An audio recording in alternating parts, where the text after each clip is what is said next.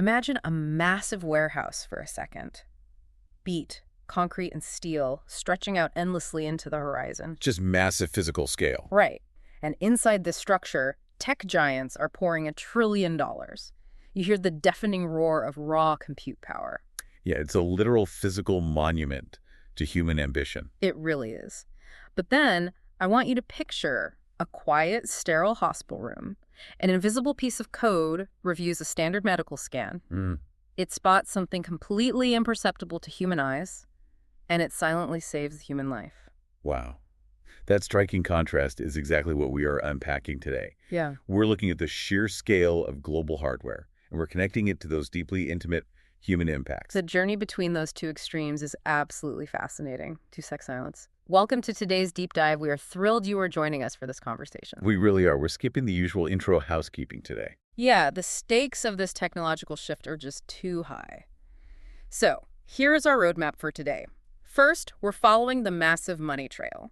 We'll analyze big tech's trillion-dollar hardware race. Following the money is always step one. Always. Second, we'll see how that money births highly specialized software tools. Finally, we'll examine a breathtaking medical breakthrough. The Mayo Clinic is proving this tech fundamentally alters human survival. It's a profound shift. We are moving from raw infrastructure to an actual guardian. Right. The scale of the foundational investment is just hard to comprehend.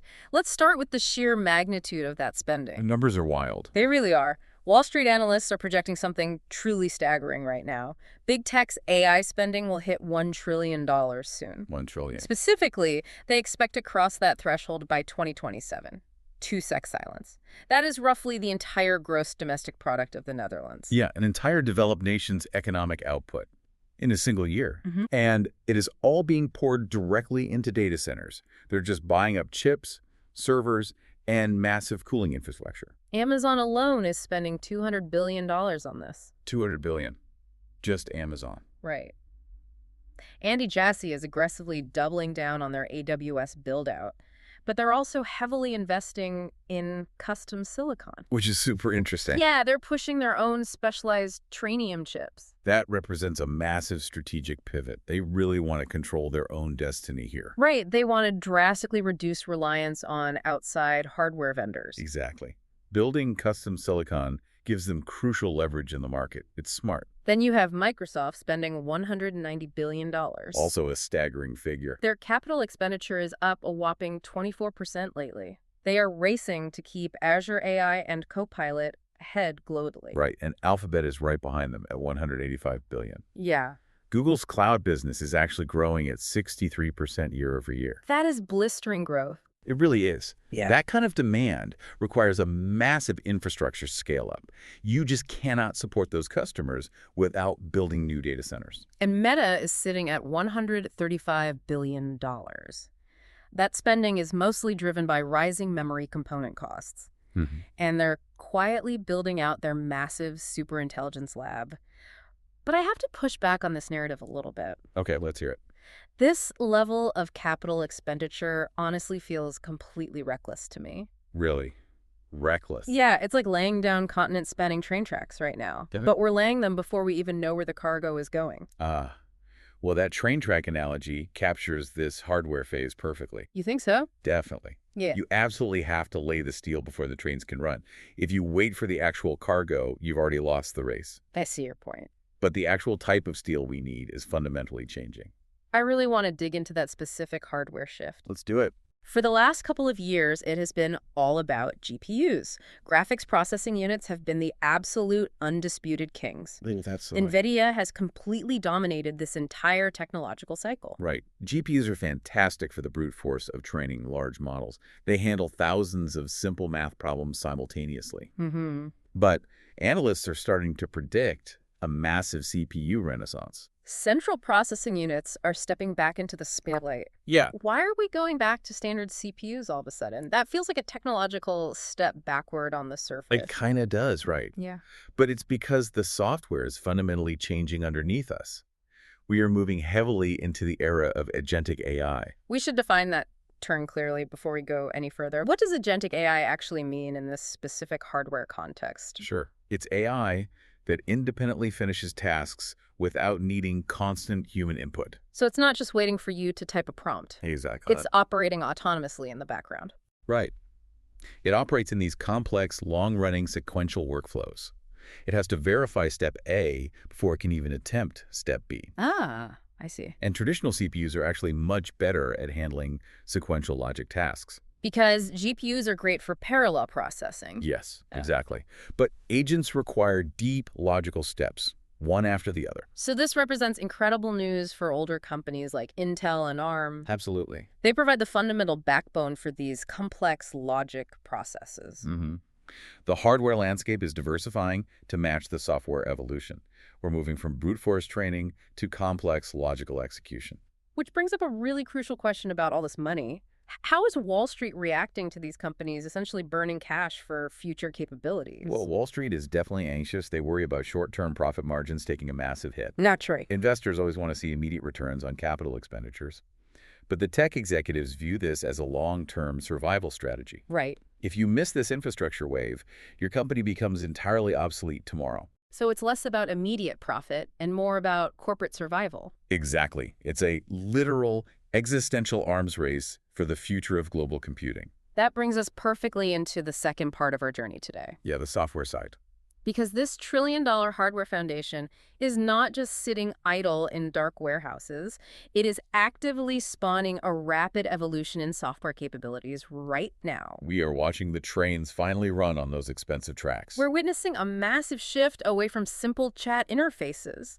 AI is becoming a proactive collaborator in highly specialized digital ecosystems. Yeah, we see it in general workflows everywhere you look today. Like Google Translate just hit its 20-year anniversary. 20 years? That's wild. I know, and they quietly dropped 20 hidden AI features to celebrate the milestone. And Gemini can now export real formatted files, not just plain text. You can instantly push out docs, sheets, Word, and Excel files, Markdown too. The AI is integrating directly into the tools we already use daily. But the hyper-specialization is what really catches my attention lately. Oh, for sure. Let's examine the coding and security space for a moment.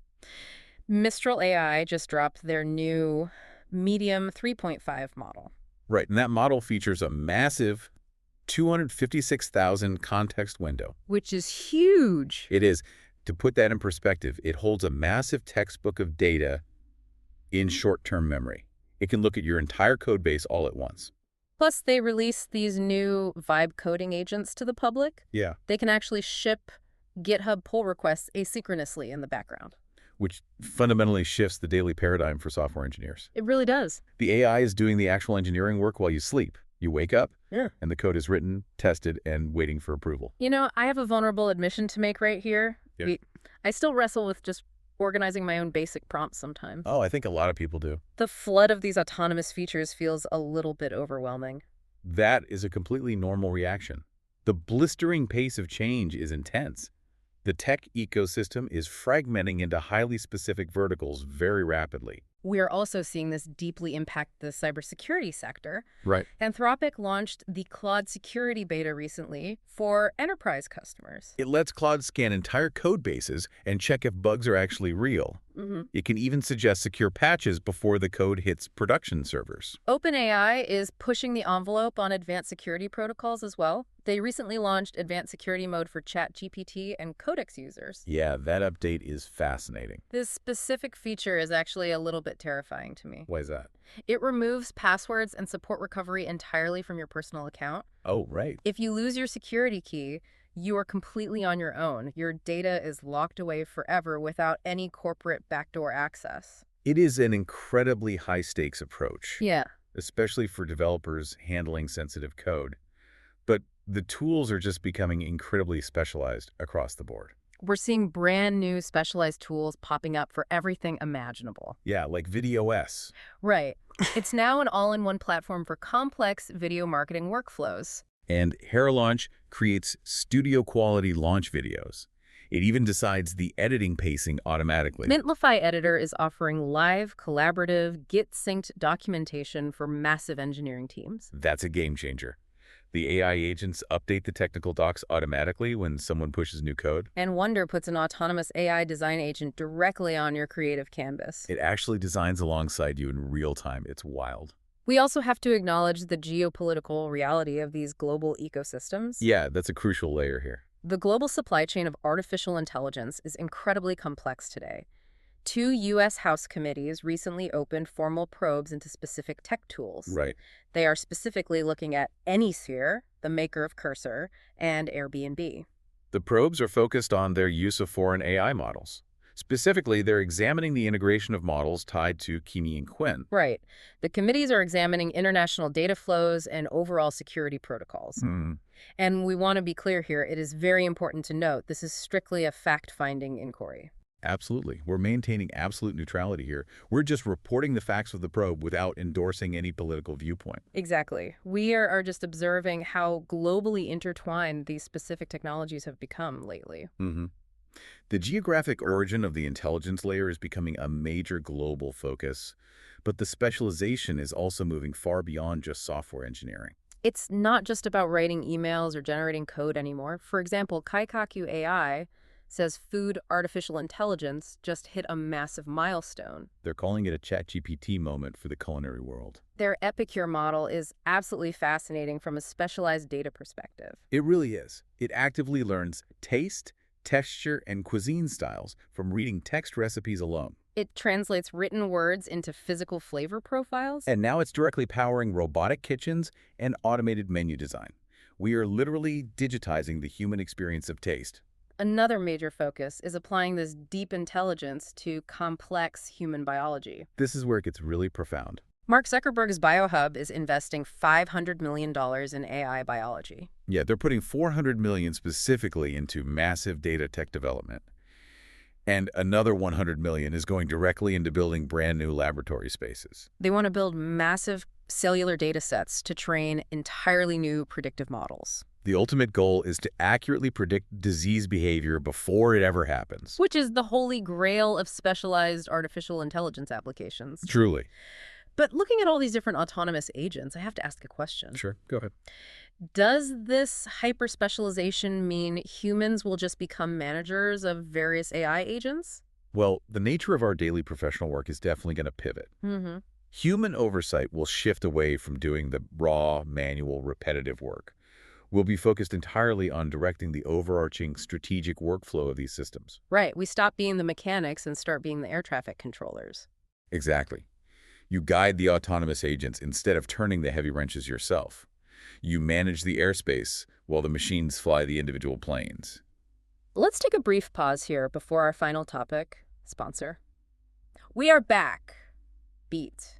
That massive biological investment from Zuckerberg is largely about the distant future. Right, it's laying the groundwork. But this incredible technology is already operating in human hospitals today. All this raw computing power is actually culminating in saving real human lives. This is where the hardware and software become deeply personal for everyone. It stops being abstract technology and becomes a deeply human story. Let us examine the Mayo Clinic's incredible new AI breakthrough right now. They have officially deployed a new diagnostic AI system called Red Mode. It is specifically designed to detect the early signs of pancreatic cancer.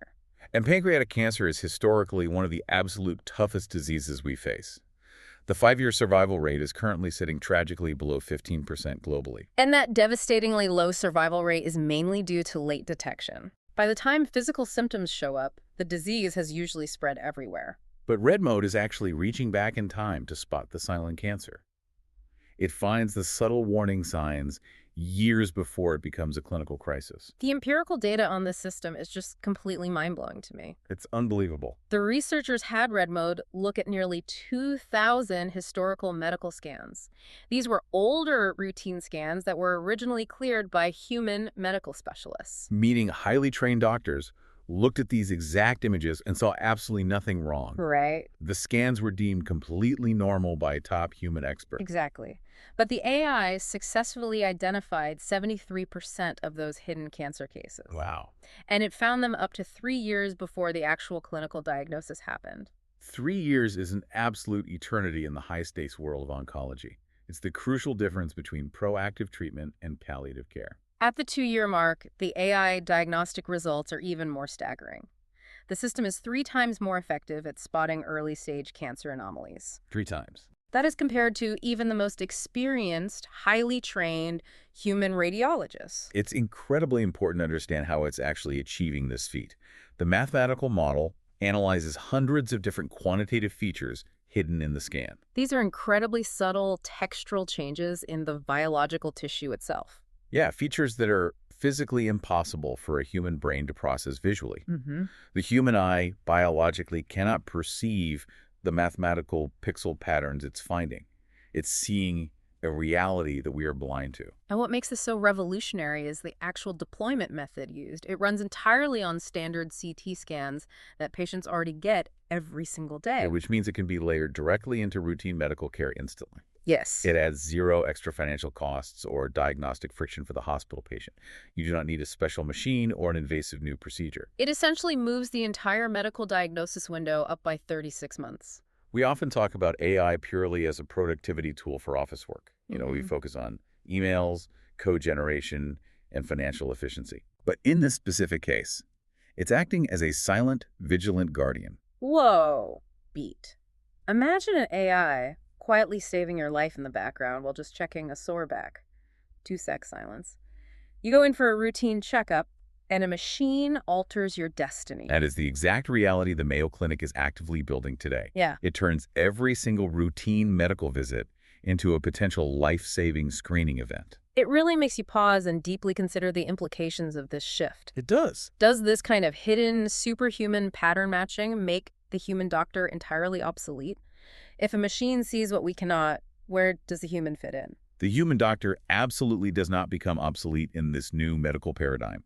Doctors will remain the deeply empathic, critical decision makers in the exam room. They'll simply be armed with superhuman diagnostic foresight from the AI systems.